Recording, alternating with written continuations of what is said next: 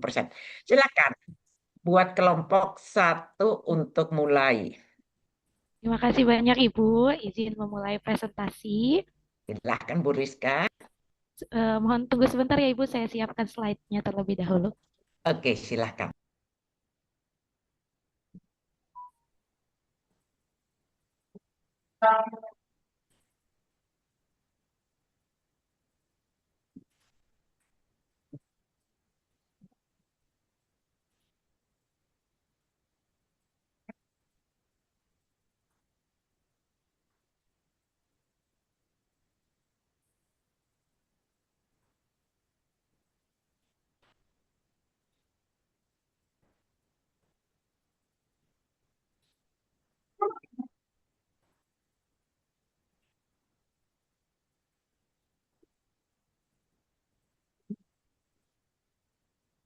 Baik, Bismillahirrahmanirrahim. Assalamualaikum warahmatullahi wabarakatuh.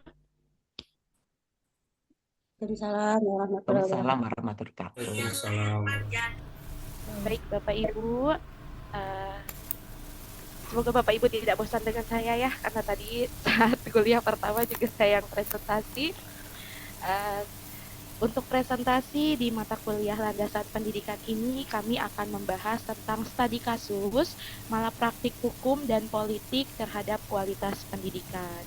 Izin memperkenalkan diri, saya Rizka Amalia Rahmawati, dan juga ketiga rekan saya ada Ibu Listiana Apriani, Ibu Resti Dwi Asri, dan juga Ibu Suhlia. Sebelumnya, apakah slide-nya sudah tampak di monitor Bapak Ibu sekalian? Sudah. Sudah, Bu. Mulai dari produk hukum terlebih dahulu, di mana dalam saat kita membahas tentang malapraktik hukum, berarti kita harus tahu apa dasar undang-undang yang digunakan dalam pendidikan. Yang pertama yaitu ada Undang-Undang Nomor 20 Tahun 2003 tentang Sistem Pendidikan Nasional. Kemudian ada Undang-Undang Nomor 14 Tahun 2005 tentang guru dan dosen. Kemudian ada Undang-Undang Nomor 12 Tahun 2012 tentang pendidikan tinggi. Selanjutnya ada aturan tentang peraturan pemerintah yaitu PP Nomor 57 Tahun 2021 tentang Standar Nasional Pendidikan, yaitu mengatur tentang standar isi, standar proses, nilai, dan juga kompetensi lulusan. Kemudian ada peraturan menteri, yaitu peraturan Permendikbud atau Permendikbudristek. Contohnya adalah Permendikbud tentang kurikulum merdeka, kemudian Permendikbud tentang asesmen nasional. Selanjutnya ada peraturan daerah. Peraturan daerah biasanya berbeda ya, tergantung daerahnya masing-masing, mengatur penyelenggaraan pendidikan sesuai dengan kebutuhan daerah masing-masing. Kasus malapraktek hukum yang pertama di dunia pendidikan akan dijelaskan oleh Ibu Listiani. Kepadanya saya persilahkan. Kepada Ibu Rizka, apakah suara saya sudah terdengar? Sudah Ibu. Sudah. Ya sudah. Bismillahirrahmanirrahim. Assalamualaikum warahmatullahi wabarakatuh. Selamat pagi, yang terhormat kepada Ibu dosen, Ibu Sri Murni, dan kepada rekan-rekan Bapak Ibu di kelas MIPA XC. Pertama-tama saya akan menjelaskan kasus hukum yang terjadi di dunia pendidikan yang mempengaruhi kualitas pendidikan di Indonesia. Yang pertama itu adalah kasus korupsi di dunia pendidikan, di mana kasus korupsi di dunia pendidikan ini sudah tidak asing lagi ya. Menurut ICW, Indonesian Corruption Watch, pada tahun 2023 melaporkan bahwa di sektor pendidikan itu masuk ke dalam tiga besar sektor yang paling rawan korupsi. Bahkan di beberapa tahun terakhir, eh, korupsi di dunia pendidikan itu selalu berada di posisi lima besar. Jadi ini sebuah prestasi atau sebuah hal yang buruk ya bagi dunia pendidikan. Nah, contoh korupsi yang kita akan bahas di sini itu yaitu yang pertama yang sedang dilakukan persidangan maupun penyelidikannya yaitu korupsi pengadaan Chromebook. Nah, ini modusnya yaitu penyalahgunaan APBN dan proyek DAK, di mana yang menjadi tersangkanya yaitu ex Menteri Pendidikan yaitu Bapak Nadiem Makarim, eh, ex Menteri Pendidikan di tahun 2019 sampai 2024. Yang kedua yaitu kasus penyalahgunaan dana BOS. Nah, ini tuh sering terjadi bahkan dekat dengan kita ya karena ini korupsi yang mungkin dilakukan di sekolah ya mudah-mudahan tidak ada di sekolah-sekolah kita ya. Yang ketiga yaitu pungutan liar atau yang sering disebut juga pungli. Nah, ini juga sering terjadi di dinas pendidikan maupun di sekolah. Next, Bu. Maaf, Bu Rizka. Next. Nah, kita bahas yang pertama yaitu kasus pengadaan Chromebook, yaitu proyek digitalisasi pendidikan yang dirancang oleh ex-Menteri Pendidikan di tahun 2019 sampai 2022. Nah, pertama itu ini dilakukan karena terbit Permendikbud nomor 5 tahun 2021 yaitu tentang dana alokasi khusus. Nah, dana alokasi khususnya ini dilakukan untuk pengadaan Chromebook proyek digitalisasi di tahun 2019 sampai 2022. Apa yang dilakukannya? Yang pertama yang dilakukan oleh ex-menteri itu pertama adalah penyalahgunaan wewenang. Nah, penyalahgunaan wewenangnya. Lalu yang terjadi pada proyek tersebut adalah adanya markup si pengadaan Chromebook itu yang dimana harga aslinya adalah 3 juta tapi di proyek dicatat yaitu 6 juta rupiah. Nah, ketiga yaitu kerugiannya mencapai 2,1 triliun, tapi yang di kronologisnya yang ada di berita-berita itu di sekitar di 1,9 triliun sampai 2,1 triliun kerugiannya. Nah, apa yang dilanggar pada kasus ini? Yang dilanggar adalah pasal 2 ayat 1 dan pasal 3. Dan ini berhubungan dengan pasal 18 di UU Tipikor. Nah, itu juga bisa berhubungan dengan pasal 55 ayat 1 ke 1 KUHP. Selanjutnya, Bu Rizka. Nah, yang kedua yaitu penyalahgunaan dana BOS dan pungli. Nah, penyalahgunaan dana BOS ini modusnya yang sering terjadi. Yang pertama, laporan fiktif. Jadi, di laporan BOS itu banyak laporan-laporan fiktif, tapi di lapangan itu tidak ada gitu buktinya.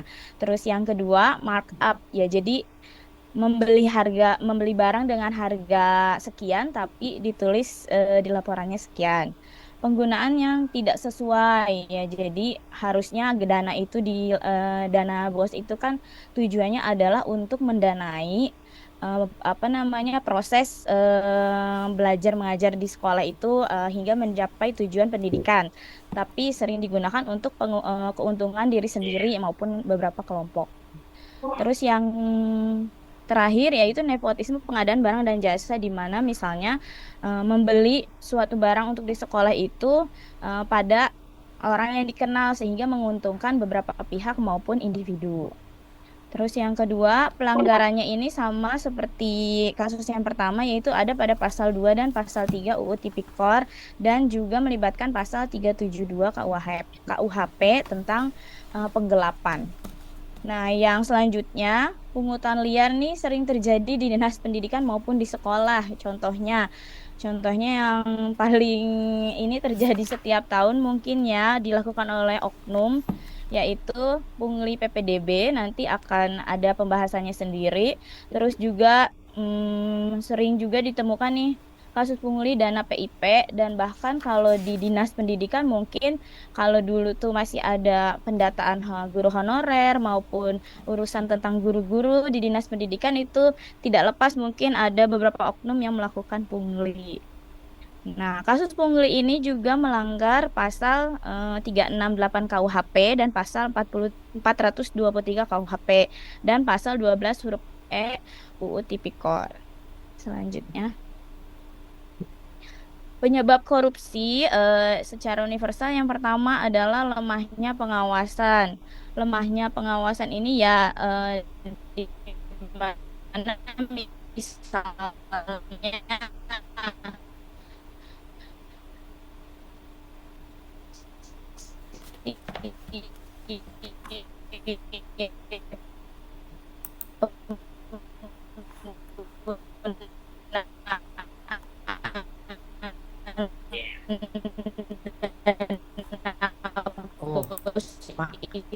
Maaf Bu Listiana, suaranya putus-putus.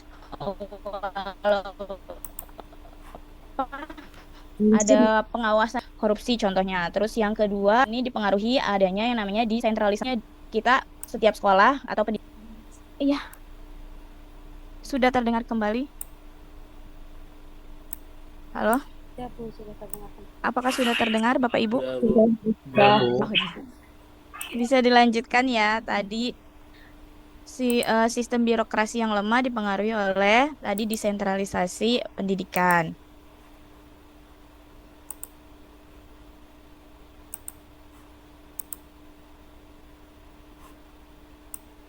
Oh, mohon maaf Bapak Ibu, terkendala tadi keluar. Saya lanjutkan ya.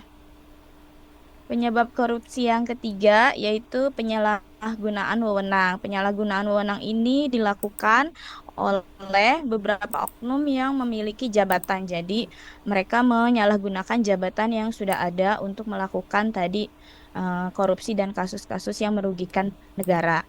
Yang keempat, kurangnya integritas pegawai. Integritas itu meliputi ya kejujuran, kedisiplinan, dan etika kerja. Kemudian dampak dari korupsi itu yang pertama pasti mempengaruhi kualitas pendidikan. Di mana kalau kasus korupsi itu terus-menerus dilakukan, ya pasti kualitas pendidikan kita menurun.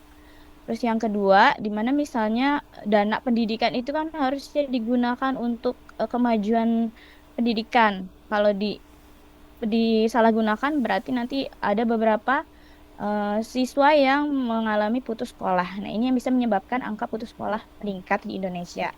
Yang ketiga, infrastruktur sekolah yang rusak tidak diperbaiki, di mana tadi kan dananya disalahgunakan oleh beberapa oknum. Terus yang keempat, kesenjangan kualitas pendidikan, di mana misalnya ada di daerah yang tertinggal atau 3T, di mana kita tahu kualitas pendidikannya maupun sarana prasarananya itu jauh tertinggal dibanding sekolah-sekolah di kota-kota besar. Selanjutnya,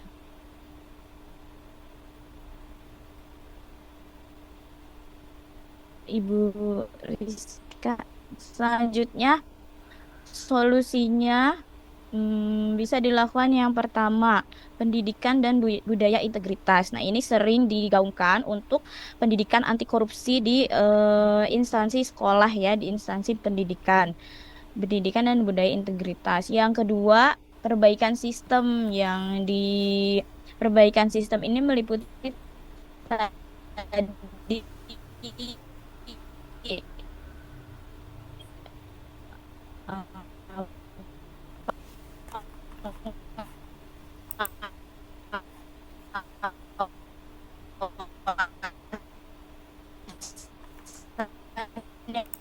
harus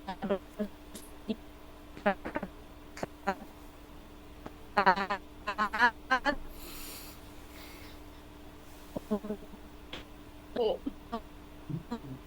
mohon maaf, Bu Lis, suaranya tidak jelas kembali.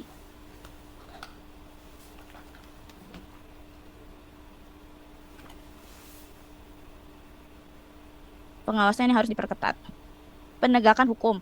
Yang keempat, pegawai di dunia pendidikan ini kan tuh sering di apa namanya OPD-OPD lain ya, atau di suara apakah sudah jelas lagi Bapak Ibu? Kedengaran, ganti aja sama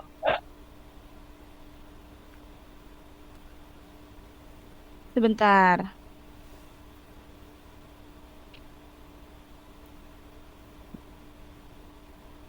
Sudah jelas kembali, Bu Lis.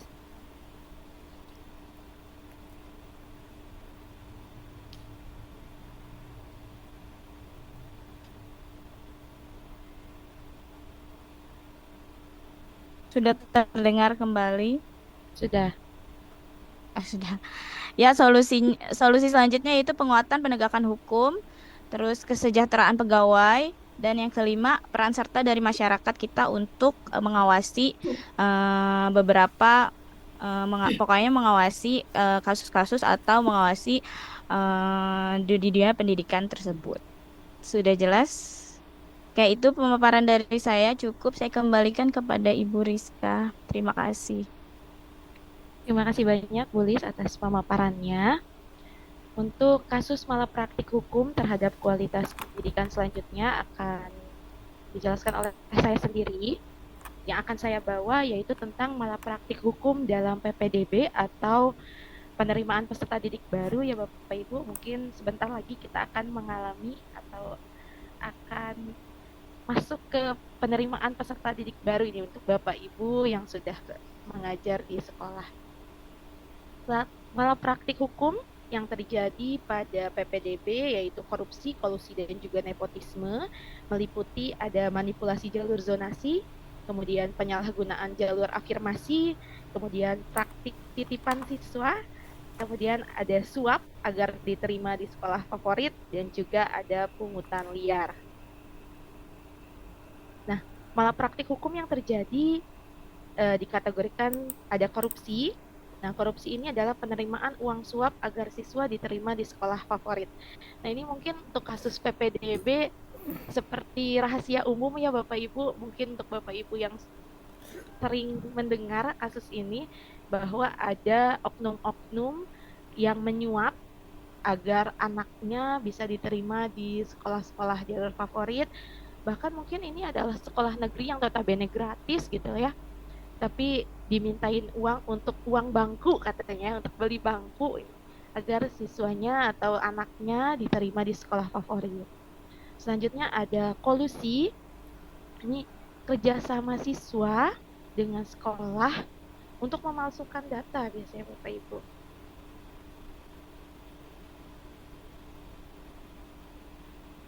Untuk memanipulasi data.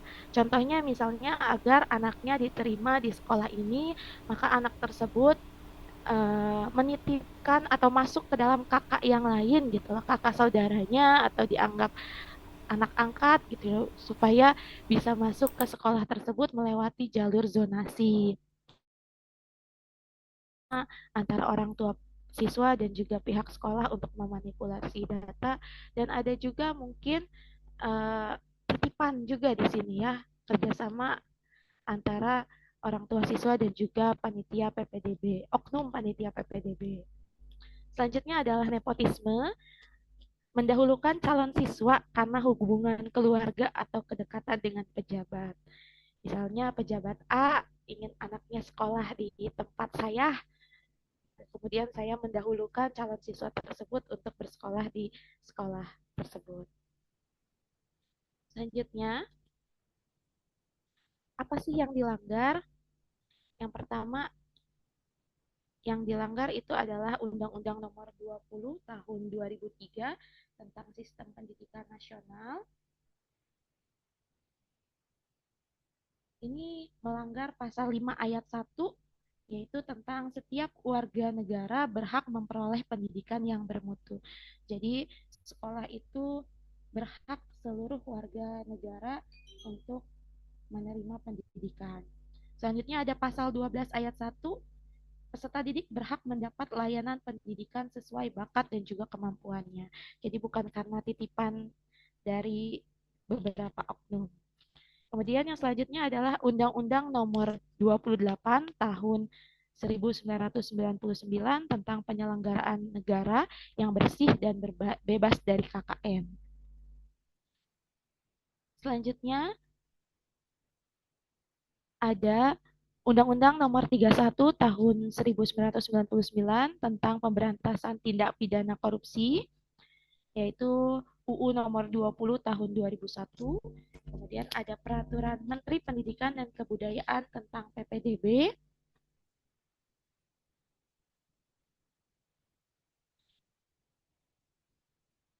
Kemudian ada Undang-Undang Nomor 25 Tahun 2009 tentang pelayanan publik dan juga Kitab Undang-Undang Hukum Pidana atau KUHP. Dampaknya apa? Dampaknya adalah menurunnya keadilan dan kepercayaan publik. Nah, ini juga akan menimbulkan stigma di masyarakat bahwa pendidikan itu tidak adil dan juga tidak dapat dipercaya gitu. Dimulai dari sekolahnya yang menerima siswa dengan cara yang curang. Kemudian selanjutnya adalah menurunkan kualitas input peserta didik. Jadi siswa yang masuk ke dalam sekolah A mungkin adalah siswa-siswa pilihan, sementara sekolah B adalah siswa-siswa yang jauh gitu. Kemudian inputnya juga misalnya jalur zonasi diperuntukkan untuk siswa-siswa yang berada dekat dengan lingkungan sekolahnya, sehingga sekolah dapat tidak jauh gitu dari tempat tinggalnya. Sementara siswa yang jauh dapat masuk ke sekolah tersebut, sehingga siswa yang dekat dapat terlempar atau bersekolah ke sekolah yang lebih jauh. Kemudian rusaknya integritas lembaga pendidikan karena ada kasus korupsi, kolusi, dan juga nepotisme ini, sehingga akan merusak lembaga pendidikan. Selanjutnya adalah ketimpangan sosial dalam pendidikan. Nah, dengan adanya jalur zonasi, afirmasi, dan juga biasanya di PPDB itu ada jalur zonasi, afirmasi, dan juga prestasi ya Bapak Ibu. Ini agar sekolah tersebut tidak terjadi adanya sekolah favorit dan juga sekolah yang tidak favorit gitu Bapak Ibu. Jadi kualitas pendidikan di Indonesia itu merata. Tapi dengan adanya titipan seperti ini akan balik lagi akan ada ketimpangan sosial di dalam dunia pendidikan. Nah, kemudian tadi juga tidak meratanya kualitas pendidikan. Selanjutnya budaya tidak jujur dan juga pragmatis yang akan berkembang. Solusinya untuk penguatan sistem digital transparan, jadi agar PPDB ini dilaksanakan secara transparan, bisa diakses dan juga dilihat prosesnya oleh khalayak banyak. Kemudian pengawasan ketat. Nah, ini harus turun lembaga seperti KPK, Ombudsman. Nah, ini partisipasi masyarakat juga dalam pelaporan. Selanjutnya adalah penegakan hukum yang tegas, sanksi administratif dan pidana bagi pelaku KKN. Selanjutnya adalah pendidikan karakter. Nah, ini menanamkan nilai integritas sejak dini kepada siswa dan juga tenaga pendidik. Selanjutnya adalah kita masuk ke malapraktik politik, di mana produk politiknya ada sistem demokrasi, yaitu pendidikan diselenggarakan untuk semua warga negara yang berprinsip terhadap keadilan dan juga pemerataan. Masyarakat dapat berpartisipasi dalam pengambilan kebijakan pendidikan. Selanjutnya ada sistem desentralisasi atau otonomi daerah. Jadi pemerintah daerah memiliki kewenangan mengelola pendidikan. Kemudian ada sistem presidensial, yaitu di mana presiden memiliki peran dalam menetapkan kebijakan pendidikan nasional dan juga menteri pendidikan menjalankan kebijakan tersebut.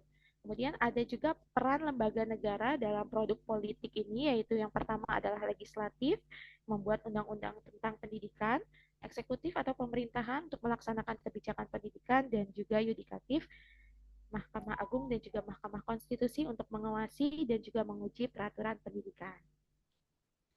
Untuk kasus malapraktik politik terhadap kualitas pendidikan yang pertama akan disampaikan oleh Ibu Resti Dwi Asri. Kepadanya saya persilahkan. Baik, terima kasih kepada Bu Rizka. Apakah sudah terdengar suaranya? Iya, Bu. Ya. Ya, baik, terima kasih kepada Bu Rizka. Nah, sebelumnya sudah dijelaskan mengenai contoh kasus malpraktik hukum terhadap kualitas pendidikan. Nah, sekarang saya akan menjelaskan malpraktik politik terhadap kualitas pendidikan. Kasus yang pertama saya ambil yaitu tentang kampanye di lembaga pendidikan khususnya di sekolah.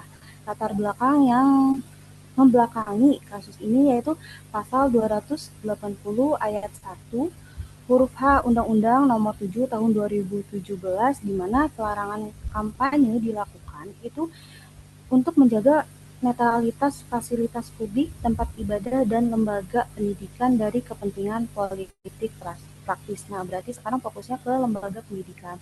Tujuannya apa? Yang pertama itu untuk netralitas tempat pendidikan. Artinya sekolah diharapkan tetap menjadi ruang netral, tidak ada unsur kepentingan politik yang masuk di lingkungan pendidikan.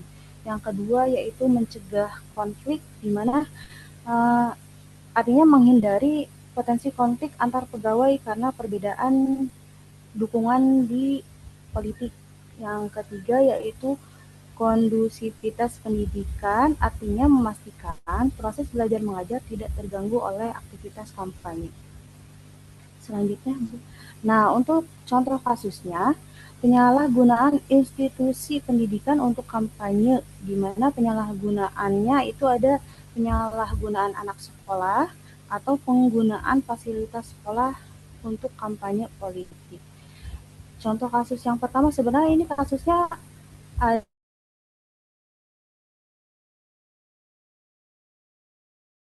banyak mungkin ya Pak, tapi Bapak Ibu pertama dugaan politik uang ini terjadi di Goa, Sulawesi Selatan, di mana oknum guru yang membagikan amplop uang kepada orang tua siswa menunjukkan lingkungan sekolah dijadikan sarana praktik politik uang. Jadi artinya ini membuat orang tua siswa tidak bebas untuk memilih karena adanya politik uang. Yang kedua yaitu netralitas ASN atau kepala dinas. Ini ya pada tahun 2024 ada kasus kepala dinas pendidikan dan kebudayaan Kalimantan Selatan terbukti melanggar netralitas karena mengajak guru dan siswa memilih partai tertentu. Terus yang ketiga itu ada kampanye melibatkan anak sekolah. Diberitakan juga pada tahun 2018 Komisi Perlindungan Anak Indonesia (KPAI) menemukan 22 kasus penyalahgunaan anak selama masa kampanye. Salah satunya yaitu mengajak anak menyanyikan lagu partai atau pasangan calonnya. Next, Bu. Nah, dampaknya apa untuk siswa khususnya ya dan lembaga pendidikan? Yang pertama itu mengganggu netralitas dan fokus pendidikan. Sekolah harusnya menjadi tempat yang netral. Jika digunakan untuk kampanye, sekolah bisa dianggap memihak, kemudian merusak prinsip pendidikan yang objektif. Selain itu, kampanye juga dapat mengganggu jadwal pelajaran, mengurangi waktu belajar, dan menurunkan kualitas pembelajaran. Yang kedua yaitu berpotensi menimbulkan perpecahan emosional dan fisik di kalangan pelajar, di mana perbedaan pilihan politik dapat memicu konflik antar pelajar sehingga suasana menjadi tidak kondusif. Terus selanjutnya yang ketiga, maaf Bu slide-nya.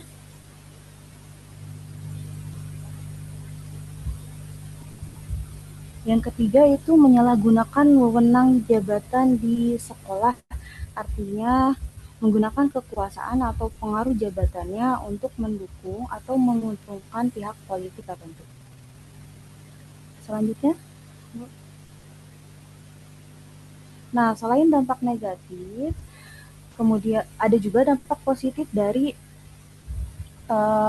kampanye di sekolah. Yang pertama yaitu peningkatan literasi politik. Artinya siswa mendapatkan edukasi langsung tentang pemilu, struktur demokrasi, dan cara berpartisipasi yang memperkuat pemahaman mereka dibanding hanya melalui teori. Terus yang kedua yaitu wadah pendidikan pemilih untuk pemula, di mana ini memberikan kesempatan bagi siswa untuk belajar langsung mengenai profil calon pemimpin dan gagasannya. Terus yang ketiga itu ada ruang dialog isu anak muda, di mana kandidat atau calon dapat merespon isu-isu yang relevan dengan permasalahan nyata di Indonesia seperti lapangan kerja, pendidikan, dan pemberantasan korupsi. Terus yang keempat yaitu meningkatkan partisipasi pemilih, artinya sosialisasi atau kampanye di sekolah memotivasi siswa yang sudah memilih hak untuk tidak golput yang berdampak pada peningkatan angka partisipasi. Yang kelima yaitu membangun budaya demokrasi sehat, artinya kampanye di lingkungan pendidikan dapat membentuk sikap kritis, cerdas, dan bertanggung jawab terhadap proses pemilihan, sekaligus memerangi informasi yang salah. Nah, dampak positif ini dapat terjadi jika dilakukan putusan MK tahun 2023. Yang sebelumnya tadi Undang-Undang tahun 2017 kalau kampanye itu mutlak dilarang, tetapi ada kemudian keputusan Mahkamah Konstitusi tahun 2023 kampanye dapat dilakukan tapi dengan syarat tertentu. Isinya MK memutuskan bahwa kampanye di tempat pendidikan diperbolehkan sepanjang mendapat izin penanggung jawab tempat tersebut dan tidak menggunakan atribut kampanye dan tentu tidak memaksakan pilihan kepada warga sekolah. Selanjutnya, Bu. Nah, solusinya bagaimana? Yang pertama yaitu perlindungan hak konstitusional. Artinya memberikan perlindungan terhadap hak konstitusional warga negara untuk berpartisipasi dalam proses politik yang demokratis. Yang kedua yaitu pembatasan kampanye di lembaga pendidikan seperti yang sudah dijelaskan di keputusan MK tahun 2023 bahwa pembatasan kampanye dilakukan yaitu dengan mendapat persetujuan atau izin dari lembaga serta bersifat edukatif dan tidak mengganggu proses belajar mengajar dan tidak menggunakan atribut sepanjang kampanye di sekolah. Terus yang ketiga yaitu menciptakan keseimbangan kepentingan dunia pendidikan dan hak konstitusional warga negara. Artinya dunia pendidikan itu harus dijaga kemurniannya, tetapi juga tidak terlepas dari hak konstitusional warga sekolah juga harus dilindungi. Seperti itu. Kemudian selanjutnya, nah kesimpulan yang dapat diambil jika malpraktek politik kampanye ini dilakukan, maka pendidikan kehilangan fungsi utamanya sebagai ruang belajar yang objektif dan bebas tekanan. Terima kasih Bu Rizka, saya kembalikan.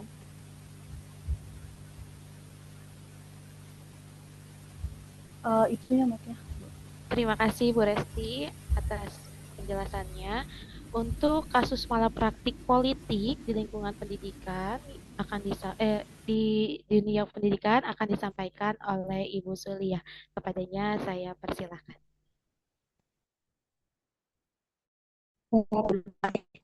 Itu atas kesempatannya saya akan menjelaskan perubahan kurikulum di kepentingan politik. Kita tahu ya bahwa kurikulum adalah Mohon maaf Ibu, pertama dalam sistem pendidikan. suaranya putus-putus. Iya.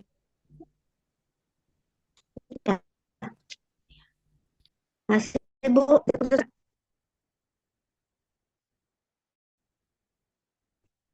masih putus nggak, Bu? Boleh kalau off cam nggak apa-apa, agar suaranya bagus juga nggak apa-apa. Silahkan ya presenter kalau Baik, Bu. ininya off cam aja. Masih putus-putus nggak, Bu? Sudah terdengar Ibu? Sudah ada suara? Sudah. Oke, Sudah, baik. Bu Suli. Saya ulang kembali ya.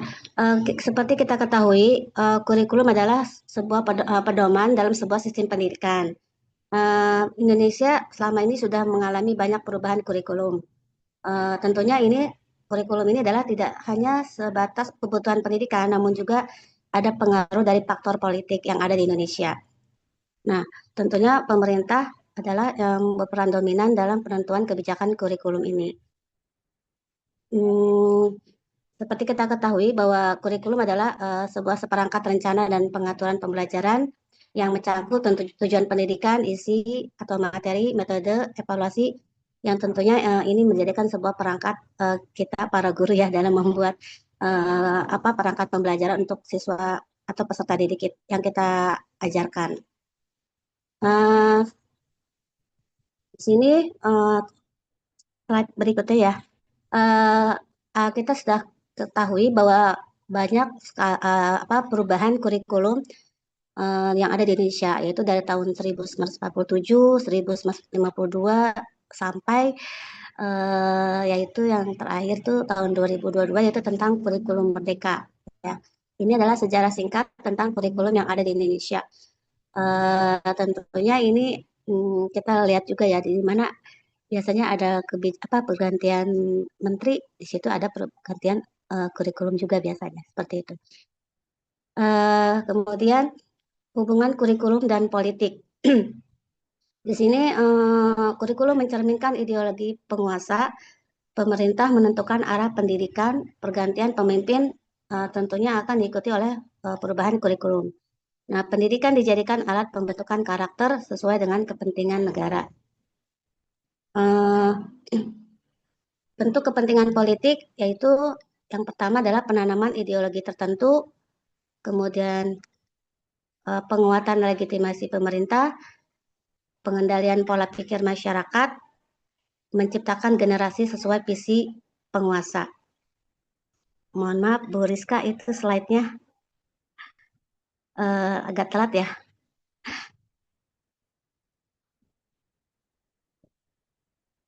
Eh, Ya ini bentuk kepentingan politik ya, yang tadi saya sudah jelaskan. Penanaman ideologi, penguatan legitimasi pemerintah, pengendalian pola pikir, dan menciptakan generasi. Nah, kemudian tentunya ada dampak positif dan negatif dari perubahan kurikulum itu sendiri. Yang pertama adalah yang positifnya menyesuaikan perkembangan zaman. Tentunya perubahan kurikulum itu dengan niat artinya ada perbaikan-perbaikan dari kurikulum sebelumnya. Ya, dan tentunya juga ini memperbaiki sistem pendidikan yang ada di Indonesia. Kemudian dampak negatifnya tentunya kita sebagai pendidik kita harus beradaptasi dan tentunya kita harus siap selalu beradaptasi dengan perubahan-perubahan kurikulum yang ada. Dan ini juga tentunya kan kadang misalnya di kelas 10 nih kurikulumnya apa, tiba-tiba di kelas 11 berubah gitu. Tapi biasanya tergantung kebijakan dari sekolahnya masih mengikuti kurikulum yang lama untuk yang sudah mengikuti sebelumnya. Ya. Kemudian kebingungan dalam implementasi juga. Dan tentunya ini akan membutuhkan biaya yang besar, yaitu tentunya pemerintah juga kan dalam melakukan perubahan kurikulum itu ada program-program yang harus disosialisasi sehingga akan membutuhkan biaya juga. Dan ini tentunya akan berpengaruh juga terhadap kualitas pendidikan yang tidak stabil karena tadi terjadinya ada beberapa perubahan-perubahan juga. Hmm, Kritik terhadap politisasi kurikulum yang pertama ini karena terlalu sering berubah, kemudian tidak selalu berdasarkan kebutuhan pendidikan, lebih mengikuti pergantian kekuasaan, kurang melibatkan praktisi pendidikan. Solusi dan harapannya itu adalah kurikulum harus berbasis kebutuhan pendidikan yaitu bukan politik, melibatkan guru, akademisi, dan masyarakat dan evaluasi jangka panjang sehingga dan konsistensi kebijakan dari itu sendiri. Nah, tentunya dan kesimpulan yang saya dapatkan di sini bahwa kasus malpraktek hukum bukan hanya pelanggaran hukum tetapi juga menghambat tujuan pendidikan nasional, menurunkan kualitas dan integritas sistem pendidikan. Kurikulum di Indonesia sering dipengaruhi oleh kepentingan politik, kemudian perubahannya tidak selalu murni untuk pendidikan dan diperlukan kebijakan yang stabil dan berorientasi masa depan. Mungkin itu yang bisa saya sampaikan dan ini selanjutnya adalah daftar pustaka yang kami lampirkan dalam proses pembuatan kami membuat presentasi ini. Selanjutnya kami kembalikan kepada Bu Rizka. Baik, terima kasih banyak Ibu Suli atas presentasinya. Bapak Ibu, untuk materi ini sebetulnya adalah studi kasus malapraktik hukum dan juga politik dalam dunia pendidikan. Sehingga kelompok kami mengambil dua contoh studi kasus dalam malapraktik hukum, yaitu korupsi dan juga tadi ada KKN ya, atau korupsi, kolusi, dan juga nepotisme dalam sistem PPDB. Tadi ada korupsi Chromebook, dana bos, dan juga pungli.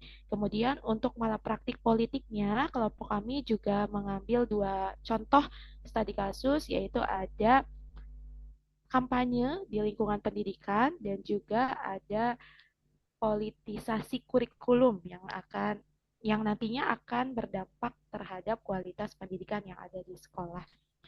Seperti itu Bapak Ibu. Sekian sudah presentasi kelompok kami. Selanjutnya kami membuka sesi pertanyaan untuk Bapak Ibu yang hendak diskusi atau bertanya. Kami melihat dari yang raise hand terlebih dahulu mungkin ya Bapak Ibu. Kami buka 3 pertanyaan terlebih dahulu. Pertanyaan pertama dipersilahkan untuk Ibu Agnes. Ya, terima kasih Bu.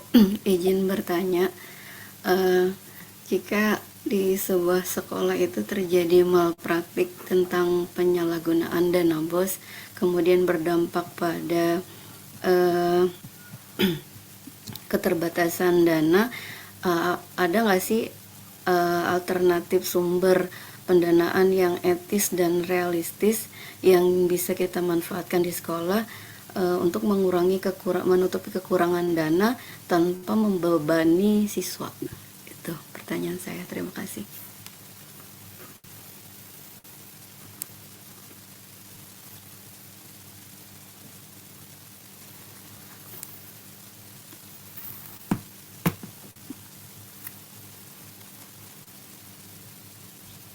Baik, terima kasih Bu Agnes atas pertanyaannya.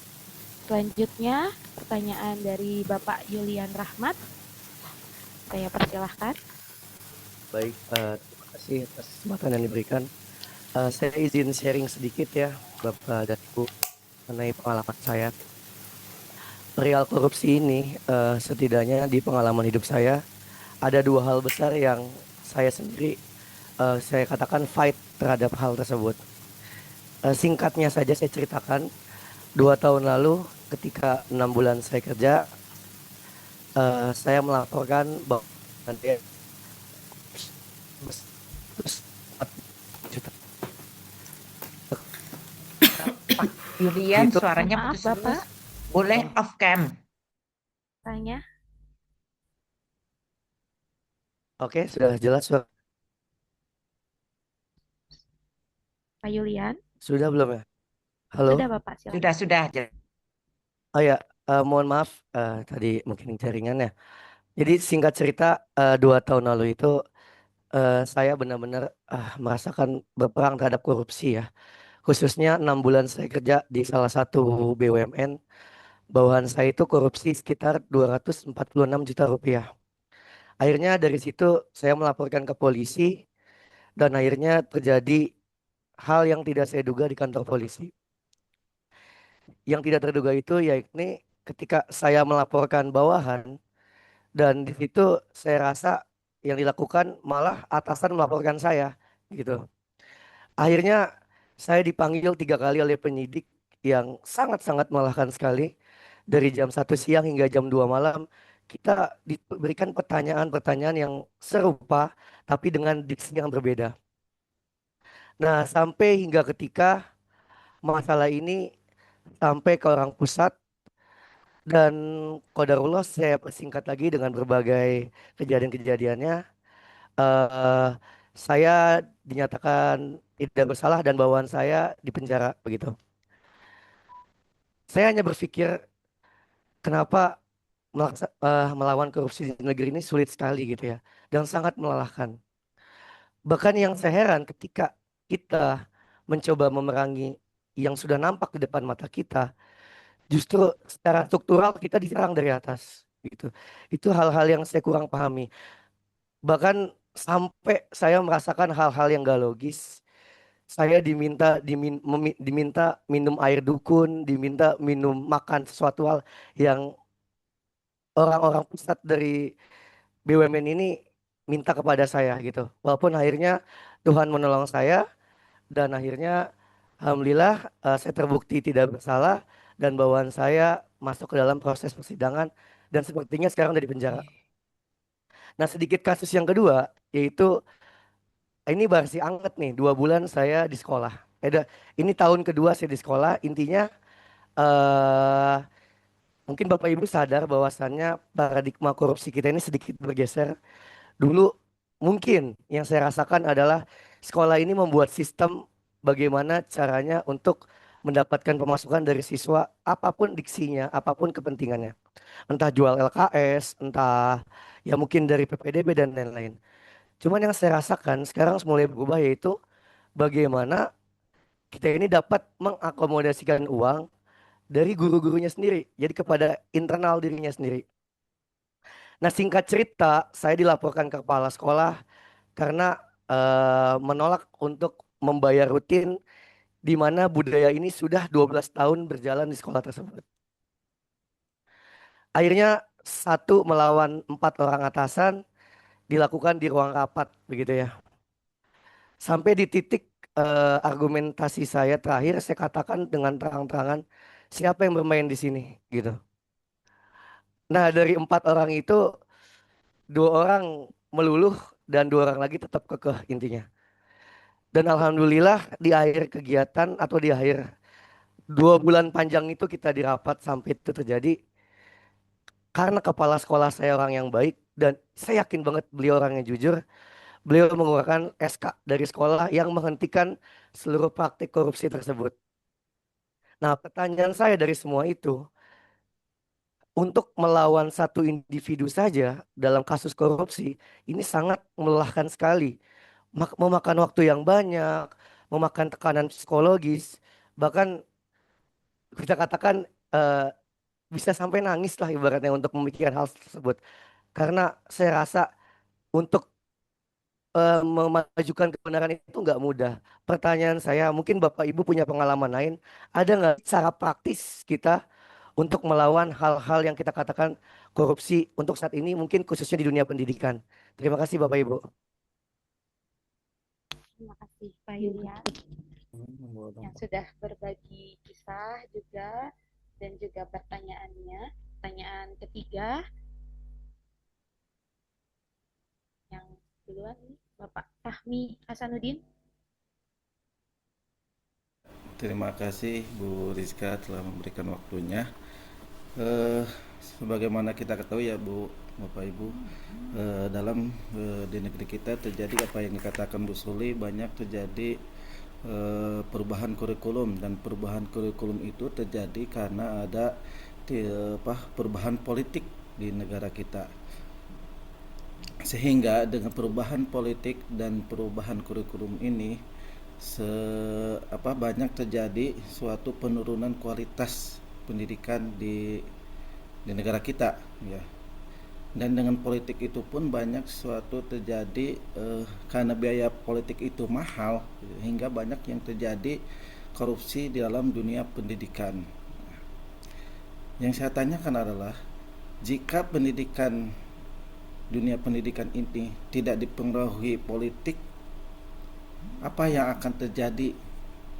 Apakah perlu tidak pendidikan itu dengan adanya politik itu tersebut? Ya, itu aja Bu Rizka. Terima kasih banyak Pak Fahmi atas pertanyaannya. Bapak Ibu, mungkin untuk sesi pertama cukup 3 pertanyaan terlebih dahulu. Beri waktu kelompok kami untuk mempersiapkan jawaban dari pertanyaan Bapak Ibu. Barangkali Bu Liz, Bu Suli, dan juga Bu Resti. Saya coba menjawab pertanyaan dulu ya Bu Rizka. Silakan Ibu Suli. Terkait tadi penggunaan dana BOS dan dalam meningkatkan kualitas pendidikan ya. Seperti kita ketahui tentunya ketika kita melakukan alokasi dana BOS tentu kita lebih hati-hati ya karena di situ sudah ada juknis-juknisnya dan pertanggungjawaban yang harus dilaporkan ya kan. Namun tentunya dana BOS juga kan ada keterbatasan ya dalam kita mengalokasikan untuk kegiatan-kegiatan di sekolah. Nah, solusinya menurut saya adalah kita bisa memanfaatkan. Di setiap sekolah itu kan ada komite sekolah ya. Jadi kita bisa melibatkan, mohon maaf ini saya ada kendaraan di pinggir jalan. Kita melibatkan dana dari komite sekolah ya tentunya ini sifatnya sumbangan sukarela dari orang tua atau wali murid dan sifatnya harus tidak memaksa karena kalau sifatnya memaksa nanti juga biasanya suka ada komplain dari orang tua dan itu juga nanti bisa jadi permasalahan buat kembali ke sekolah kita sendiri ya. Dan itu digunakan untuk tentunya pengembangan mutu sekolah dan kegiatan ekstrakurikuler yang lain.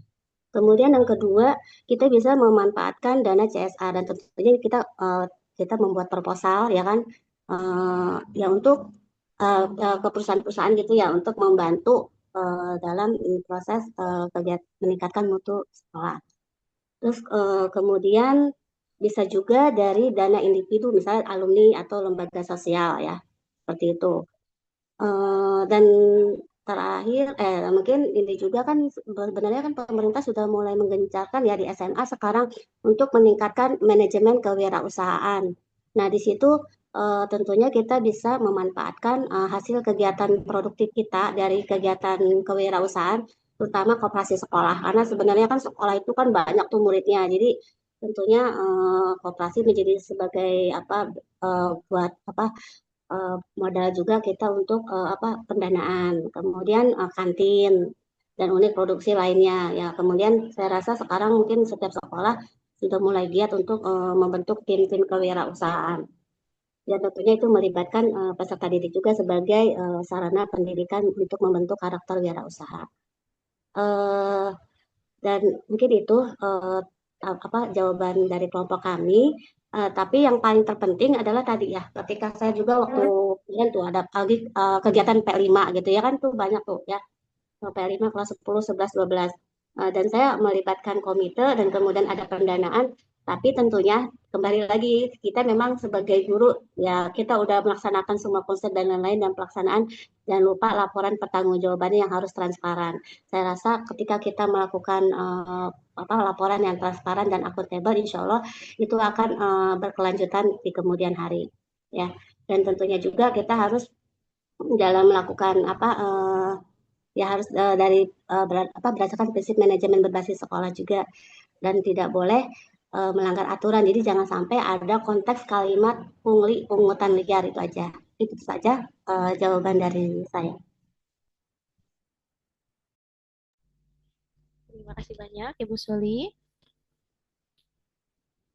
Apakah ada yang ingin menambahkan dari jawaban Bu Suli tadi atas pertanyaan Bu Agnes, yaitu alternatif dana yang bisa digunakan ke sekolah tanpa membebani siswa? Menurut saya, dana BOS itu kan diperoleh dari jumlah siswa ya, jumlah siswa dan juga kebutuhan setiap sekolahnya masing-masing. Nah, jadi kalau tadi kata Ibu Agnes kekurangan dana sekolah, bagaimana cara sekolah mengambil atau mencari dana, itu tadi mungkin sesuai dengan Bu Suli. Yang pertama adalah koperasi sekolah, kemudian juga kalau di sekolah kami ada kantin yang diperdayakan, kemudian ada juga sponsor, tapi tanpa mengandung unsur politik ya. Dan ini juga mungkin di kalau untuk pungutan mungkin atau harus dikoordinasikan dengan komite sekolah tanpa harus membebani siswa. Izin menambahkan, boleh Ibu Rizka? Boleh Ibu Lis, silahkan. Oke. Pertanyaannya kan alternatif pendanaan jika ada penyalahgunaan dana BOS ya, sehingga menjadikan untuk terjadi kekurangan untuk pembiayaan dana pendidikan di sekolah tersebut. Tapi ini sekali lagi disclaimer, ini mungkin kacamata saya ya. Jadi kan dana BOS yang datang atau yang didapat sekolah itu kan nanti di dipergunakan atas kebijakan dari kepala sekolah tersebut ya. Jadi memang penyalahgunaan dana BOS itu kan hanya dilakukan oleh beberapa oknum, tidak semua ya. Jadi kalau memang yang sering menjadi oknum penyalahgunaan dana BOS ya mungkin maaf dari kepala sekolah maupun bendahara yang mengelola si dana BOS tersebut. Nah, kemudian bagaimana mencari dana alternatif tersebut? Ya berarti mau tidak mau kita juga harus melibatkan si Bapak kepala sekolah tersebut atau pimpinan di sekolah tersebut gitu ya. Jadi ya memang pendanaan alternatifnya yang sudah dijelaskan Bu Suli itu benar. Tapi ya bagaimana nanti kebijakan atau keputusan dari kepala sekolah di sekolah tersebut gitu. Itu sih menurut saya. Terima kasih. Atas jawabannya. Apakah Bu Agnes sudah terjawab pertanyaannya? Sudah Bu Rizka, terima kasih untuk jawaban semuanya. Izin menambahkan Bu. Nah, Oke, terima kasih. Eh, Kebetulan posisi saya di sekarang hari ini menjadi kepala sekolah. Jadi saya ingin menekankan dulu, kalau dibilang bos itu disalahgunakan kepala sekolah, mudah-mudahan saya tidak akan pernah melakukan itu. Makanya gini, bos itu bukan operasional. Jadi bos itu memang buat kondisi-kondisi yang perlu penanganan eh, besar-besaran. Contohnya kayak sekolah itu renovasi, perbaikan gedung, penyediaan buku. Tapi kalau operasional kegiatan, itu yang harus pintar-pintarnya para wakil menentukan kegiatan apa yang akan dilakukan selama 1 tahun. Dan pengadaannya itu harus dibuat sebelumnya melakukan raker. Jadi, raker itu kita sudah menentukan kegiatan apa yang akan dilakukan dan pada akhirnya eh, tidak salah sasaran. Kejadian yang terjadi di sekolah-sekolah, pemasukan untuk anggaran kegiatan itu dilakukan masuknya mulai di bulan April. Tapi kebanyakan sekolah itu melakukan raker setelah April. Jadi akibatnya kegiatan itu jadi membayangkan, oh ini aja, oh kita masukin ini aja, gitu loh. Nah itu yang membuat jadi sesuatu yang salah. Dan bahayanya lagi, kalau kegiatan RKAS atau pemasukan itu dilakukan oleh orang-orang yang memang hanya ditunjuk satu atau dua saja. Jadi tidak dibuat suatu tim. Nah itu yang bahaya. Jadi kegiatannya tidak terrealisasi sehingga akhirnya guru-guru tidak paham, guru-guru itu bilang, oh itu kesalahannya itu. Padahal kalau kejadiannya itu kita rembukan dahulu, kegiatannya apa di bidangnya ini, setelah itu raker itu dimulai di bulan Maret, kemudian kita bisa ditentukan bagiannya apa, kemudian dikumpulkan lagi para wakilnya. Setelah itu kita juga minta masukan dari guru-guru apa saja yang ingin ditambahkan, ingin dilakukan, tapi dengan satu catatan. Kalau bisa, karena kadang pintunya tidak ada. Itu yang susah. Kalau dimasukkan tidak ada. Itu harus pintar-pintarnya para wakil dan stafnya mengatur di bagian itu masuknya kejadiannya apa. Karena ada juga yang mungkin kalau wakil baru salah memasukkan. Seperti gini, dia memasukkan anggaran untuk membuat apa ya, pengaspalan jalan. Dimasukkanlah semua barang-barangnya dimasukkan. Tapi dia tidak memasukkan pekerjanya. Bagaimana mau dikerjakan kalau pekerjanya tidak ada? Dan itu yang akhirnya menjadi dana yang mati, yang tidak bisa dikeluarkan. Keluar-keluar, tapi kita nggak mungkin ngerjain. Itu yang akan dijadikan pertanyaan kalau di audit. Kok ini bisa berjalan? Barang-barang ini barang-barang mati, siapa yang mengerjakan?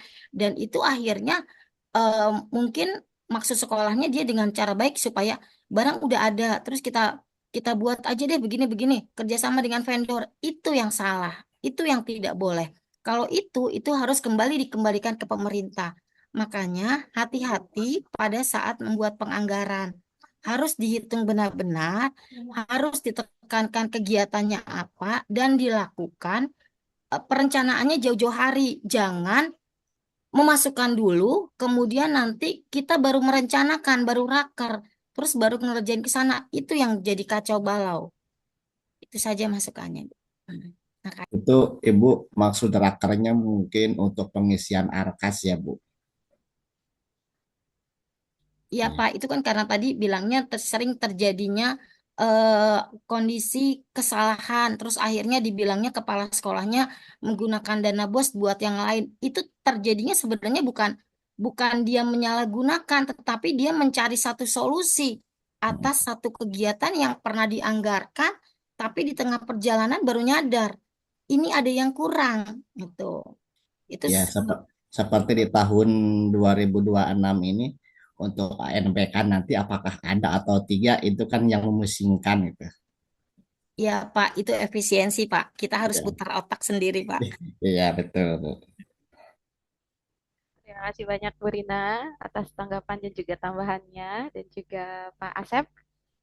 Terima kasih banyak. Pertanyaan selanjutnya dari Bapak Fahmi, saya izin menjawab. Pertanyaan dari Bapak Fahmi adalah bagaimana jika pendidikan tanpa politik? Karena terjadi korupsi ya Pak di dalam dunia pendidikan. Menurut saya, eh, pendidikan tersebut ya dasarnya memang dari politisasi gitu Pak. Dari awal dari bagaimana kita melaksanakan pendidikan, kurikulumnya sudah diatur, kemudian siapa yang memegang kewenangan di dalam pengelolaan pendidikan, ada dinas pendidikan, kemudian dan sebagainya itu hasil dari politisasi. Yang bagaimana jika pendidikan tanpa politik? Berarti tidak ada yang berwenang atau tidak ada yang memegang tupoksi khusus dalam dunia pendidikan gitu. Jadi yang tidak boleh itu adalah penyalahgunaan politik di dunia pendidikan gitu untuk meraup kepentingan pribadi. Contohnya supaya keluar anggarannya dibuatlah pelatihan atau diklat yang tidak sesuai dengan yang dibutuhkan atau misalnya pergantian kurikulum yang sebetulnya belum selesai tapi sudah digantikan kembali dan itu yang akan berdampak pada kualitas pendidikan atau eh, pendidikan itu sendiri gitu, kualitas pendidikan itu sendiri. Jadi pendidikan adalah produk dari politisasi menurut saya. Jadi tidak bisa kalau di pendidikan tanpa politisasi gitu. Yang tidak boleh adalah penyalahgunaan atau penyelewengan politik di dunia pendidikan. Seperti itu Bapak Fahmi. Yang lain mungkin ada yang ingin menambahkan, Bu Lis, Bu Resti, atau Bu Suli?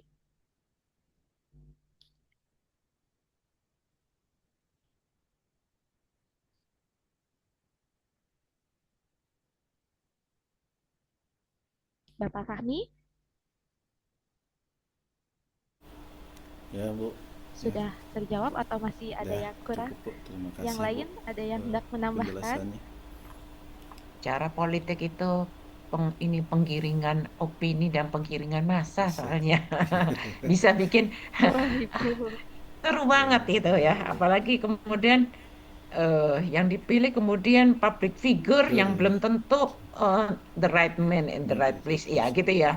Ya Betul, kita Ibu. lihat aja selebriti dipilih padahal belum pernah Nah, ngurus ya urusannya selebriti itu ya mungkin urusannya artis penyanyi gitu ya kalau dia dapat bidang seni ya nggak apa-apa tapi diletakkannya di bidang misalnya kesejahteraan masyarakat ya dia udah kaya gimana ngerti maaf ya orang yang duafa gitu ya jadi ya itu karena itu itulah apa kemudian kemudian mereka masuk ke dunia pendidikan siswa yang disuruh milih gitu kan siswa kan sukanya yang seleb-seleb gitu ya gitu Betul. jadi kacau lah baik mungkin ada pendapat ini karena kalau udah bicara politik itu eh, tidak sederhana itu gitu ya kadang jadi tapi ujung-ujungnya kok menyakitkan gitu buat yang grassroots ya buat orang masyarakat bawah ya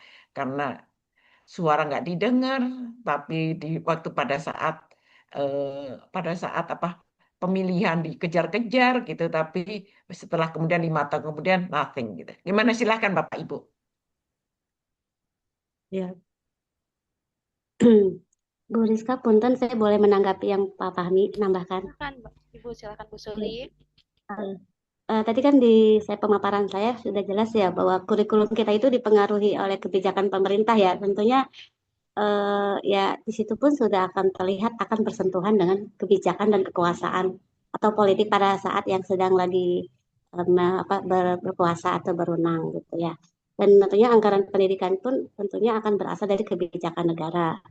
Itu sistem sekolah pun kita akan diatur oleh undang-undang. Nah itu semua kan diatur oleh pemerintah juga gitu. Jadi otomatis ya kalau menurut saya ya pendidikan akan selalu bersentuhan dengan kebijakan atau kekuasaan politik itu sendiri. Namun memang kalau di dunia pendidikan mungkin tentunya pemerintah juga mengatur ya, misalnya terutama dalam dalam proses apa nih, misalnya yang paling kelihatan nyata itu biasanya ketika mau pemilu ya kan. Nah, di situ mungkin dibatasi jangan sampai terlalu nampak gitu loh ada kampanye-kampanye di sekolah ya kan gitu. Kemudian ada indoktrinisasi atau ada ideologi-ideologi yang masuk ya, nanti dibatasi juga jangan sampai ada kepentingan-kepentingan kelompok tertentu. Artinya pembatasannya hanya di apa sih, tentunya ya dari lembaga pendidikan itu sendiri gitu. Jangan sampai, karena kalau misalnya udah kepentingan politik tertentu masuk kan jadi ribet ya gitu. Jadi bisa merusak suasana pendidikan di lingkungan sekolah itu sendiri. Itu aja. Tapi saya juga mohon maaf ya, pernah saya melihat gitu, saya suka mengamati ketika mau pemilu biasanya suka tuh guru-guru PPKN suka dikumpulkan gitu, ada pertemuan gitu. Tapi saya mikir, aduh ini sebenarnya kampanye juga, saya suka. Kebetulan kan saya kalau misalnya tiket, misalnya ada guru izin kemana, oh guru ini nih PKN nih, mana ke hotel. Aduh kok kayaknya ya saya amatin kalau mau pemilu kayaknya banyak nih apa khawatir gitu kan ada indoktrinasi tadi ya kan, ideologi tapi melalui guru gitu. Mohon maaf ya, mungkin itu pengalaman yang saya dapatkan. Tapi intinya memang pendidikan kita itu akan selalu bersentuhan lah dengan kebijakan. Namun tinggal pada pelaksanaannya saja, jangan sampai merusak suasana pendidikan di lingkungan sekolah itu sendiri. Baik, terima kasih banyak Ibu Suli. Kita beralih ke pertanyaan selanjutnya ya, yaitu pertanyaan dari Bapak Yulian. Dari pengalaman Bapak Yulian yang sudah dijabarkan tadi, pertanyaannya yang saya simpulkan ada dua. Yang pertama adalah mengapa sulit sekali memerangi korupsi di negeri ini ya. Kemudian selanjutnya adalah bagaimana cara praktis untuk memerangi korupsi untuk sekarang, cara cepatnya atau cara praktisnya gitu ya Bapak. Eh, Kalau berdasarkan menurut saya ya Bapak ya, ya memang dari pengalaman Bapak yang kedua tadi itu sulit sekali untuk mengubah kebiasaan apa ya, kebiasaan yang mereka anggap ini tuh udah peraturan di sini atau ini tuh udah adat di sini gitu ya. Bahkan mungkin itu mengarah ke pungli gitu ya Bapak. Contohnya misalnya saat kita mau pemberkasan ini diminta minta 100.000 untuk jalan gitu. Sementara di sekolah ada 50 guru misalnya, kali 100.000 uang jalan kan tidak segitu ya Bapak ya. Kemudian bagaimana cara praktis memeranginya? Menurut saya, cara yang dilakukan oleh Bapak Yulian itu sudah cukup baik dan juga cukup benar, di mana kita harus berpegang teguh pada integritas kita bahwa tidak boleh ada tindakan korupsi, kolusi dan juga nepotisme dalam kita mencari rezeki ya Bapak di dunia pendidikan. Kalau saya pribadi menghindari kita kalau bisa jangan gitu. Kita kan bekerja di sini, saya bekerja sebagai guru, niatnya mencari rezeki. Kalau ada seperti itu dimakan oleh anak cucu saya nanti seperti apa gitu ya Pak. Memang sulit sekali memerangi korupsi di Indonesia, terutama di di lingkungan pendidikan, ya karena tadi Bapak, karena banyak sekali oknum-oknum yang berperan di sana mencari keuntungan-keuntungan. Jadi mencari celah untuk memperoleh keuntungan gitu. Saya katakan oknum ya Pak, bukan semuanya. Mungkin ada yang seperti Bapak Kepala Sekolah Bapak yang punya yang berperan baik, yang jujur gitu, sehingga kebiasaan tadi bisa dipatahkan dengan adanya SK dari kepala sekolah gitu. Mungkin Bapak Ibu yang lain ada yang hendak menambahkan jawaban dari pertanyaan Bapak Yulian, mengapa sulit sekali memerangi korupsi di dunia pendidikan dan bagaimana cara praktis mengurangi korupsi untuk saat ini? Seperti itu. Boleh menambahkan? Dipersilakan Pak Iip. Oke, ini menurut saya, pandangan saya, Bu. Saya pernah lihat negara-negara maju, kenapa di negara maju contohnya seperti Dubai atau Qatar itu sangat minim untuk tindakan korupsi. Karena yang pertama itu dari sistem kesejahteraan hidupnya. Jadi kembali lagi kesejahteraan hidup. Jadi kenapa adanya korupsi? Karena emang kesejahteraan hidup di negara kita kan tinggi ke atas, tumpul ke bawah gitu.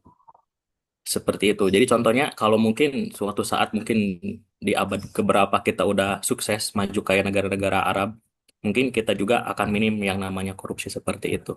Jadi kembali lagi ke taraf sosial kesejahteraan hidupnya. Terima kasih. Banyak Pak Yus atas tambahannya. Izin menanggapi Ibu. Silahkan Bu Rina. Ya, kalau tadi Pak Ip bilang kesejahteraan, tidak selalu Pak. Kalau saya melihat kembali ke hati orang-orangnya masing-masing. Kalau orang itu punya pedoman dan merasa bahwa apa yang bukan seharusnya haknya dipakai, dia paksakan, maka tidak akan pernah terjadi. Tapi kalau orang itu mau dalam kondisi dia sejahtera ataupun tidak sejahtera, dia merasa bahwa saya harus dapat, itu akan terjadi. Ini terjadi pada diri saya. Jadi sebelum saya jadi kepala sekolah, kebetulan anak saya sekolah di SMA Negeri 5 Bekasi. Tapi kemudian saya mengajar di SMA Unggulan Jakarta. Kepala sekolah itu meminta anak saya untuk sekolah di tempat saya mengajar. Anak saya sempat bilang, saya nggak sanggup Bunda, saya nggak sanggup bersaing dengan anak-anak hebat. Tapi kepala sekolah itu mengizinkan, memaksa, dan dia bilang ikut tes mutasi. Dan anak saya dites. Dites benar-benar dia ngerjain, dan pada saat itu sekolah unggulan ini kan selalu dapat intervensi. Harus memasukkan sekian anak. Anak saya mendapatkan peringkat kedua. Saat itu yang dibuka 4 lubang kosong. Pada saat itu yang menelpon itu saya dengar sendiri karena posisi saya sedang jadi manajemen. Kita sedang rapat manajemen, tiba-tiba ibu kepala sekolah itu ditelepon. Yang menelpon itu DPRD Partai Gerindra, Wali Kota Jakarta Timur, kemudian DPR Komisi 10, itu semua menyerang. Mereka mempertanyakan kenapa yang anak-anak mereka tidak diterima, tapi malah menerima anak saya. Itu sampai ditanya, berapa dia berani bayar ke sekolah ibu? Nah, itu jawaban dari kepala sekolah saya, ini adalah anak dari guru saya. Tidak ada ke sekolah meminta uang sedikit pun. Dia bisa masuk karena nilainya sudah sesuai. Itu tidak dipercaya dan akhirnya mereka meminta untuk bukti-bukti. Jadi saya harus ketemu dengan para orang yang meminta itu di dinas. Jam 6 pagi, saya bawa semua berkas didampingi ibu kepala sekolah. Itu cukup alot dan akhirnya mereka menerima anak saya jadi sekolah di tempat saya sendiri. Tapi pada saat saya menjadi kepala sekolah, saya ditelepon, saya diminta untuk jam 6 sore, saya harus ke dinas, dan itu saya dititipi satu nama. Satu nama yang harus dimasukkan. Saat itu tempat mutasi di tempat saya ada 7 kursi. Itu dibilang, tolong masukkan, selipkan satu ini. Terus saya bertanya, apa dasarnya Pak harus dimasukkan? Itu saya ditekan. Kalau ibu tidak masukkan, ya ibu berhadapan dengan kita. Saya masih bingung, ini kenapa? Apa artinya berhadapan dengan kita? Saya bertanya dong dengan teman-teman yang lain. Terus teman-teman kepala sekolah yang lain bilang, kalau kamu tidak meloloskan dia, maka jabatanmu jadi taruhannya. Hal itu membuat saya bingung. Saya tidak mau orang yang memang berhak ada di tempat saya menjadi tidak berhak. Dan saya kumpul dengan manajemen, saya minta doanya, kita berdoa bareng-bareng, mudah-mudahan anak ini tidak menyusahkan kita. Anak ini bisa dapat sesuai dengan tempatnya. Dan akhirnya mereka tes, alhamdulillahnya itu anak masuk tapi di posisi terakhir. Jadi saya tidak melakukan perubahan apapun. Jadi itu sempat saya bilang, kita mau melakukan perubahan nggak? Mau diganti-ganti nggak? Gitu sempat kan? Sampai bilang, ini mau digimanain sekolah ini? Terus mereka bertanya, kalau ibu gimana? Karena saya sudah pernah merasakan di mana kepala sekolah saya membantu dan itu pembantuannya itu karena memang hasil dari anak saya sendiri, maka saya mau berlaku dengan seperti yang kepala sekolah saya lakukan. Dan alhamdulillahnya, kuasa Allah, dia bisa masuk tanpa bantuan saya. Jadi kembali saya tegaskan, itu kembali ke manusianya masing-masing. Dan pada saat saya tahu, ternyata yang meminta itu adalah guru, Pak. Dia guru, dia berani datang ke dinas karena posisi dia itu berharap banget. Itu minta bantuan dari kepala Kabid Kasubdit bidang penilaian, itu meminta karena ternyata Kasubdit penilaian ini rumahnya pernah diperbaiki dengan suami ibu ini. Jadi kita nggak akan bisa bilang kalau itu masalahnya dia rendah ataupun dia tinggi, itu tergantung manusianya. Sebenarnya kalau dia tanpa harus minta bantuan Kasubdit, kalau dia mau masuk, mau ikutin ujian sendiri, ya sudah, itu bisa terjadi. Tapi ini orang yang bagian bawah, dia merasa bahwa suaminya pernah punya andil di sini, dan bapak ini punya wewenang, akhirnya dia meminta. Tapi saya sempat dibilang, Kasubditnya itu mantan kepala sekolah saya. Dia sempat bilang memang, tolong dipikirkan hati-hati. Jangan sembrono. Pikirkan. Artinya, dia memberikan satu kesempatan saya untuk berpikir apakah tetap atau tidak. Dan saya yakin Kasubdit itu akan tetap menjaga saya. Dan alhamdulillahnya, mungkin dilihat kondisi anak ini juga ya lumayan lah. Makanya dia berani untuk ngambil juga. Tuh, Pak. Jadi kembali ke tergantung manusianya. Ya, terima kasih banyak Bu Rina atas tambahannya. Bapak Ibu, barangkali Bu Resti tadi mau menambahkan dari kelompok kami. Ya, izin Dipersilakan Bu Resti. izin off cam ya Bu, biar suaranya terdengar. Ya, Silakan. mengenai pertanyaan Pak Yulian ya, jujur saya sendiri sebenarnya belum pernah seberani Bapak mungkin ya. Jadi ya cara praktis yang pertama ya tentu seperti yang sudah Bapak lakukan, yaitu berani untuk melaporkan. Kalau secara teori sih harusnya Bapak sudah lakukan ya, mengumpulkan bukti-bukti terlebih dahulu, kemudian em, melaporkan. Kalau sekarang kan ada banyak kanal-kanal pemerintahan yang mengenai melaporkan korupsi baik di dunia politik atau di dunia pendidikan begitu. Terus kemudian eh, berusaha untuk menghilangkan budaya-budaya yang seperti Bu Rizka tadi sampaikan ya, gratifikasi seperti kita memberikan uang, eh, padahal itu sudah tugasnya gitu membantu yang lain gitu, tapi malah memberikan uang. Jadi budaya-budaya hal seperti itu yang dihilangkan mungkin sedikit demi sedikit gitu. Kemudian tentunya untuk mempermudah mengatasi itu kita harus punya wewenang sebenarnya ya. Jadi kalau misalnya kita ada wewenang, kita juga agak sedikit lebih mudah buat mengatasi korupsi khususnya di sekolah. Terima kasih Bu, itu saja mungkin. Terima kasih banyak Bu Resti. Mohon maaf Bapak Ibu karena waktu kita yang terbatas. Mungkin kita cukupkan untuk sesi pertanyaan kali ini. Dan juga izinkan saya menyimpulkan bahwa kesimpulan dari presentasi kita hari ini yaitu kasus malapraktik hukum dan juga politik di lingkungan pendidikan bukan hanya melanggar hukum dan juga ketidakwewenangan politik, tapi juga menghambat tujuan pendidikan nasional, menurunkan kualitas dan integritas sistem pendidikan. Sekian dari kelompok kami, saya kembalikan ke Ibu dosen, Ibu Sri. Terima kasih. Assalamualaikum warahmatullahi wabarakatuh. Waalaikumsalam Waalaikumsalam warahmatullahi wabarakatuh. Ya, kita beri aplaus dulu kepada kelompok 1 yang telah memberikan presentasi dan tanya jawab, juga kebutuh kelas XC yang memberikan tanggapan yang baik sekali. Emang ini kita memang dibatasi oleh waktu. Terima kasih.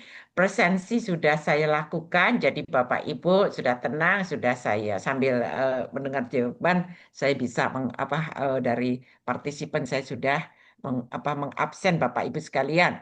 Baik, kita terima kasih karena waktu sudah terbatas. Saya sudah bagikan materi juga untuk membaca artikel jurnal untuk membaca. Jadi yang terkait artikel jurnal itu untuk adalah tambahan-tambahan sebagai pengetahuan kita. Insya Allah kita ketemu lagi minggu depan. Assalamualaikum warahmatullahi wabarakatuh. Izinkan. Waalaikumsalam Waalaikumsalam warahmatullahi warahmatullahi wabarakatuh. wabarakatuh. Makasih, Terima Bu. kasih, Bu. Makasih Bapak Ibu sekalian. Terima kasih.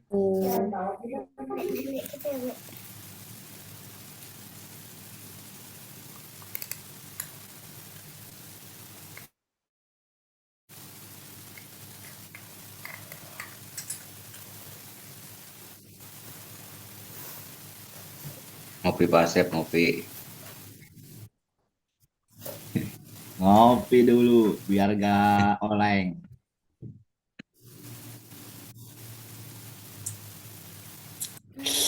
Pindah, yuk pindah. Angkuh. Nah, kamar.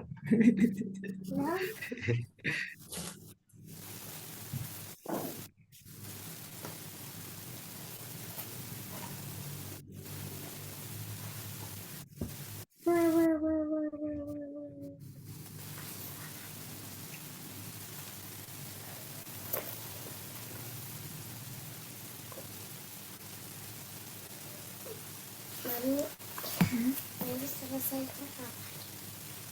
Nanti sore masih lama. Oh, Pak Caca udah pulang.